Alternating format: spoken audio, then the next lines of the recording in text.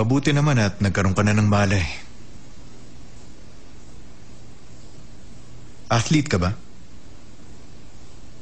Nung high school ako, judo player ako. Bakit hindi ka lumaban? Paano mo nalamang athlete ako?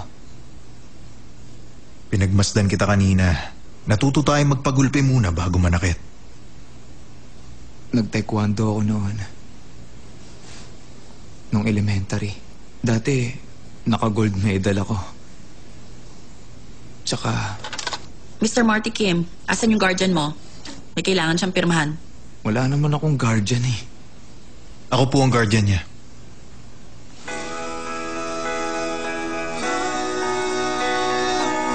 Oh! Ano ba yan?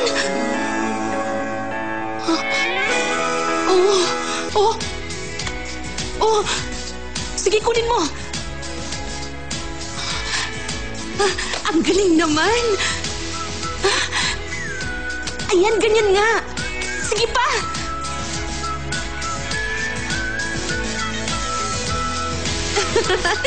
Ooh!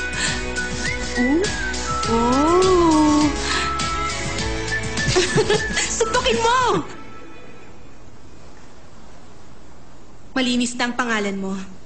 Sorry kung ginudge kita. Kung talaga nagsasorry ka, pwede na kitang maging doktor. Gamutin mo naman ako. Bakit? May sugat ka ba? Dito. Oh. Diyan ba? Aray ko. Huwag ka nga umarte dyan. Totoo, ang sakit nga.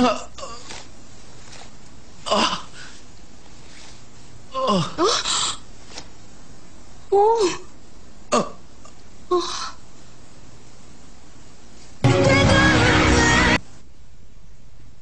Bumukas yung tahi mo dahil sa ginawa mo kanina.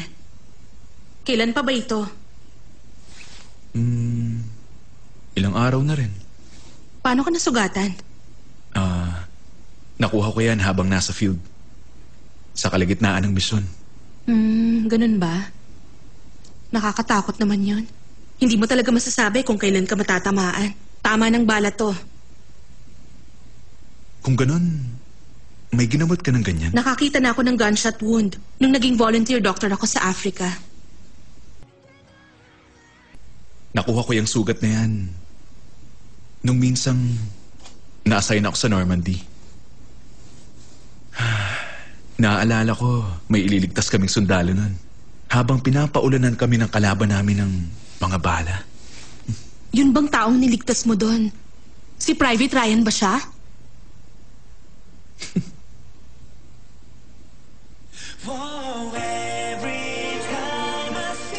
Tapos na ako.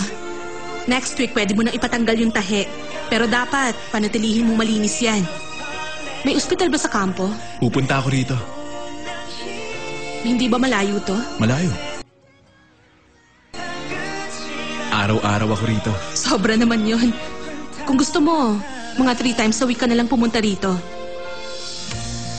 So, ikaw na ang doktor ko? Mahalaga ba sa'yo kung sinong doktor ang gagamot sa'yo? Oo naman.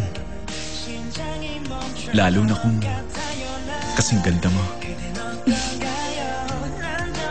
Kung ganda lang naman ang pag-uusapan, ako na ang best option doon. Balik ka sa Makalawa, around 2 p.m. Siguro, wala ka pang boyfriend. Dahil busy ka. Siguro wala kang girlfriend. Dahil busy ka. Alam mo na ang sagot.